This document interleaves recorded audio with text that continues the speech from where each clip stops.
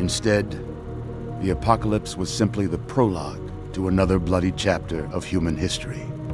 For man had succeeded in destroying the world, but war never... Cut, Ron. Can we get another retake with the new lines, please? All right, 3, 2, 1, go. Instead, the Fallout TV show was simply the prologue to another bloody chapter in Fallout fandom history. For New Vegas elitists had succeeded in destroying the hype, but timelines never change. All right, that's the only obnoxious thing I'm gonna do this video. This is part 3 of an ongoing conversation this week. I originally was gonna take today off, focus on Retro Rebound and Rewind, but when I saw the news, I was like, oh boy, we got to get to this one, don't we? So yeah, what we've been talking about is all involved in Fallout TV show spoilers. So if you have not watched the Fallout TV show yet and you don't want the ending ruined for you, feel free to click off now. But let's not delay any further. What should be the grand finale to this conversation until season 2 arrives. So for those who are still watching and not caught up, the big kerfuffle in the Fallout community has been surrounding retcons, which I have identified in 2 videos now as just incomplete story elements. One in particular that we'll be focusing on today is the destruction of Shady Sands, an important location in the Fallout universe dating back to the original Fallout game, which has now been nuked. According to a chalkboard, we see that may have happened in 2277, which would be placing it before Fallout New Vegas, and that would mean that if Fallout New Vegas is referencing Shady Sands, which it does multiple times, then we've just disturbed the sacred timeline. But as I said, timelines never change. And so we're going to get into the official comments from Todd Howard and Jonathan Nolan, who have officially responded to this little bit of drama here, and we're going to get the official word on when exactly things happened in the Fallout timeline. So let's get to reading in this brief interview from IGN titled "Fallout Official Timeline Confirmed How the Show Fits in with the Games." According to Howard, showrunners Graham Wagner and Geneva Robertson Dworet came to him with the idea to blow up Shady Sands, something Howard says shocked him at first, but the event would serve as a catalyst for the main characters of the Fallout show, and the showrunners worked with Howard and the Bethesda team to ensure it remained consistent with the games. And we talked through it, and this would be pretty impactful story moment that a lot of things anchor on, Howard says. And we talked through it, and this would be a pretty impactful story moment that a lot of things anchor on, Howard says. But for anyone confused about how the city could be blown up by the time the show takes place, Howard explains all the details of the timeline should line up. Quote, "We're careful about the timeline," he says. "There might be a little confusion in some places, but everything that happened in previous games, including New Vegas, happened. We're very careful about that," end quote. "All I can say is we're threading it tighter there, but the bombs fall just after the events of Fallout New Vegas."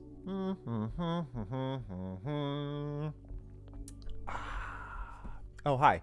How are you? Okay, second obnoxious moment of the video. Let's keep it serious. So this is what a lot of us have been saying, which is if it were to be a retcon, the verdict was still out on that as far as I was concerned. But now we have the official word from Todd Howard. And as I said in my previous video, even if they completely bungled the timeline in that scene with the chalkboard, it was a really easy hole to dig themselves out of. Now we know here that the destruction happened slightly after Fallout New Vegas, which can further inform some speculation, some theory crafting, and I think does make, the goal here, right, is maybe that kind of Rogue One moment for those of you who are Star Wars fans. Like, the beginning of A New Hope is a classic, and it hits all the better because now Rogue One exists, where you see it literally lead in from the finale of that movie into the beginning of A New Hope, which is just one of my favorite moments in cinema, my very limited history and knowledge of cinema, admittedly, but I adore that stuff.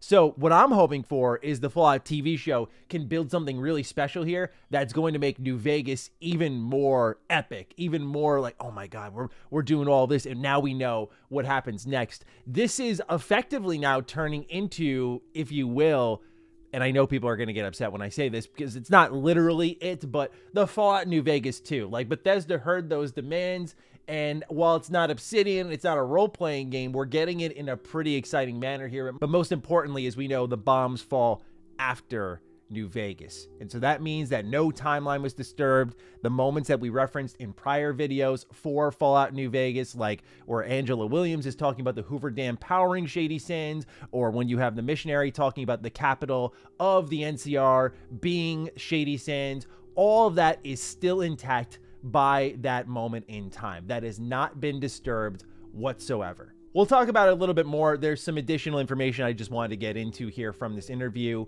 where they write, Howard revealed that when Bethesda first began talking with Jonathan Nolan about a potential Fallout TV adaptation, Howard wanted something that, quote, would stand up as another entry in the series as opposed to retelling some of the games as we did and sort of treat it like we do a game and move the timeline forward and do some great things. And now that's what Nolan was thinking as well. End quote. Nolan adds that the show set out to honor the meticulous and detailed timeline set up by Bethesda, and that creating a show not connected to the games was almost a non-starter. Everyone who worked on Fallout, all these games, were so respectful and so careful to keep this a consistent universe. And if we had gone a different direction, the show would be the only thing that doesn't fit with that universe. We didn't want to be in our own private corner of an Elseworld or a different universe. I think that would be less meaningful to me watching the series to know it was completely divorced from the reality of the games, end quote, Nolan admits.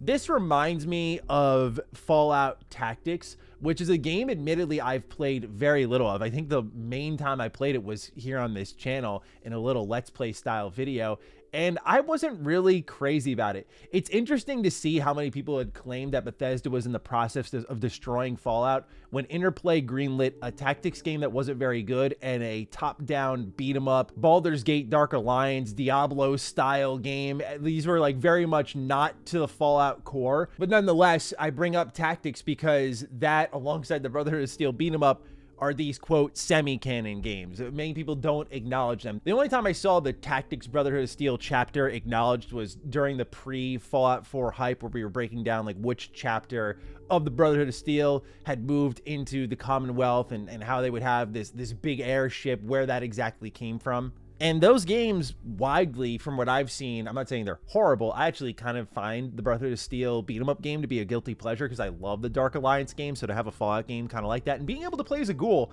is really awesome. But yeah, when you take a good peek at here in the entirety of the Fallout fandom, those games are seldom acknowledged, and I think the TV show didn't want to be in that position. So where does this position the Fallout TV show? It puts it in a spot to do something really unique. Now, Fallout 1 and 2 were more direct follow-ups to one another than really what you see in 3 to 4 or 3 to New Vegas. All these games, I feel, during the Bethesda era had their moments of acknowledging one another's coexistence. Like, I've been going through the Nuka World DLC gradually and seeing Sierra from the Nuka-Cola quest that is in Fallout 3 in the Nuka World DLC. Like, there's a degree of continuity here that makes sense, that's fun, that pays back diehard fans. But you don't, for example, in Fallout 4, like, hear this mega reference to Project Purity, and the story builds upon what James and the Lone Wanderer had accomplished in Fallout 3. Like, you really don't get any of that. You just get a new story in a new pocket of the world. What the Fallout TV show is doing is, once again, kind of paying an homage to the originals in a direct follow-up to a story. And in this case, the direct follow-up, which you don't really understand until the very last 2 episodes of the show, is a direct follow-up to Fallout New Vegas. And I'll go ahead and say it again. I don't think, as a Fallout fan, I could have asked for more. I expected Bethesda to tie this into their own version of Fallout, but taking New Vegas, bringing the story forward in the timeline, evolving upon what happened there, speaks to the consequences of the events there, speaks to the importance of them, makes New Vegas an even more important game in the franchise, can also set up a New Vegas 2 brilliantly, might I add. It can also set up Bethesda doing another game on the West Coast, which I think they're going to do. That's always been my prediction. Like a San Francisco set Fallout game would be pretty awesome, I imagine. Like, there's a lot of great options here. So what it does here is sets up a world of potential. Again, there are a set of questions that I brought up in my last video that I think Bethesda still has to answer. There's a few, if you will, inconsistencies with Mr. House that I think you can rationalize, but we need a good explanation on that. Another one someone brought up in the comments yesterday that I forgot to ask is like, how did Vault 32 get cleaned up in like 24 hours? Who did that exactly? There's a couple of threads that are left unexplained. Again, I always say that the verdict is still out until season 2. I think Fallout season 1 managed to complete its main character stories pretty well, while leaving open a couple of question marks for things that we can explore in the upcoming season 2. But if they don't answer those in season 2, then I think there will be more problems, and we'll talk about it then. But as we see here, timeline firmed up. New Vegas confirmed as canon, not just by Emil Pagliarulo like we had covered before, but the man, the myth, the legend, Todd Howard. And they talk a bit about when Shady Sands was destroyed, which is after the events of New Vegas. So they are threading the needle. This could lead to a situation where New Vegas also could feel awkward, if we're going to be critical of anything here, because again, the NCR was this strong force for so long, and Todd Howard's comments basically confirm we're going to see the fall of Shady Sands in season 2. At least I think that's a safe assumption based on where the story is trending, and that it takes place after Fallout New Vegas. So we're going to see that fall. And so now they need to create something that is plausible, that you can buy into and go, oh, this is why the NCR collapsed so quickly and this capital got destroyed and everyone was kind of out for themselves from that point forward. And they have to explain why Shady Sands is in LA, what's going on with the Boneyard. There's still questions to be answered. So no doubt that you can still give a critical eye toward the TV show, but here we see the official word is that it happened after New Vegas. And so we'll see, of course, what year that is. That'll help firm some things up. This is definitely lining up to be where a lot of fans were predicting, which was like 2282, 2283, which is a couple of years, a year or two after Fallout New Vegas. And that was based on guesses of Maximus's age. So we'll see how closely they thread the needle here. They're already saying it's going to be tight, so I'm not expecting anything more than a 5-year gap potentially. But we'll see in due time. Anyway, ladies and gentlemen, that's the official word on the Fallout timeline, which never changes. So with that, take excellent care of yourselves. Let me know your thoughts down below. Do you think Bethesda is cooking right now? Are you still a little concerned? If so, what are you concerned about? As always, fire away in the comments down below and take excellent care of yourselves. I'll see you in the next video. Stay sexy, stay active. I love you all. Peace.